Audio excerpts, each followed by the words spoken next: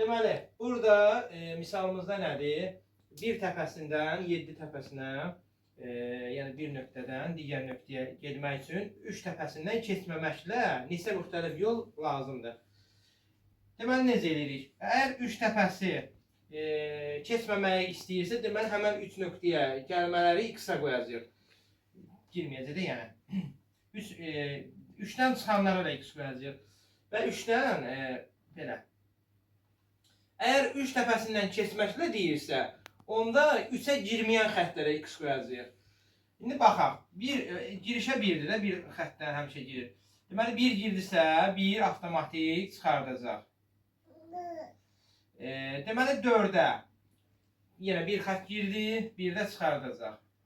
Avtomatik 7-dən neçə çıxır? Yox, burada bir xəttimiz var, deməli 2 çıxardacaq.